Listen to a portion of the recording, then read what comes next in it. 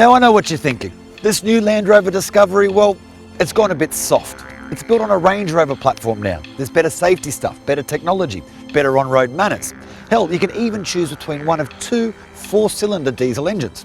And all of that adds up to make this 5th generation car a little less rugged than the vehicles that have gone before it.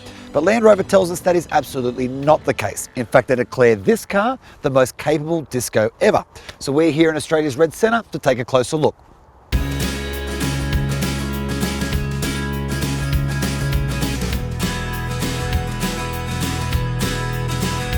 It's a complicated lineup with 3 engines available in any of the 4 trim grades, which in turn are offered with 5 or 7 seats, plus there's a launch special called the First Edition to further muddy the waters. But the short version is this: you can climb into a stripped back 5-seat S model for a budget-friendly $65,000, or at the other end, order a fully spec'd First Edition for more than double that.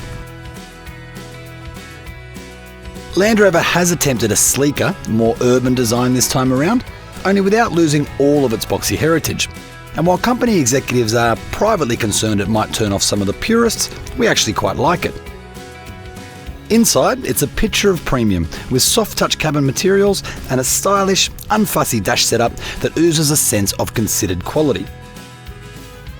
It's also huge, and that's good news for passengers, with the third row especially best-in-class spacious. Sure, it's going to mostly be used by kids, but you can definitely fit adults back there if you so wish, which is something not many 7-seat cars can claim. A near half-tonne of weight loss, thanks to a new aluminium platform, means Land Rover can use diesel 4-cylinder engines, 2 of which join a more traditional V6 option. No matter what you choose though, they'll pair with an 8-speed automatic and feed power to all 4 wheels.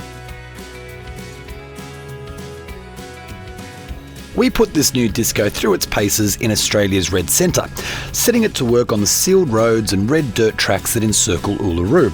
And on a custom-built track consisting of moguls, water crossing and angled climbs sharp enough to put some articulation pressure on the wheels, the disco conquered all before it with ease.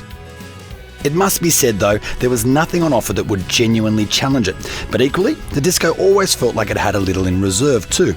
And with air suspension and a low-range equipped 4-wheel drive system, standard on all but the entry-level model, it does suggest there's still some genuine off-road potential. On our brief tarmac drive, we were surprised by the smooth and steady power delivery of the bigger 4-cylinder diesel, which propels the 2-tonne plus Land Rover along with surprising ease. It's not fast, but it never feels underwhelming. Still, our limited wheel time means we'll be reserving final judgment until we can spend more time with each variant, but our taste test sample reveals a car that does appear to straddle that line between comfortable and capable. It's a hell of a job keeping the purists happy, but this new disco should just about pull it off. Its on-road manners are better than ever before, and it's still tough enough to tackle just about any off-road obstacle you're brave enough to throw it at, even if for most owners, that'll be the gravel track on the way to the beach house.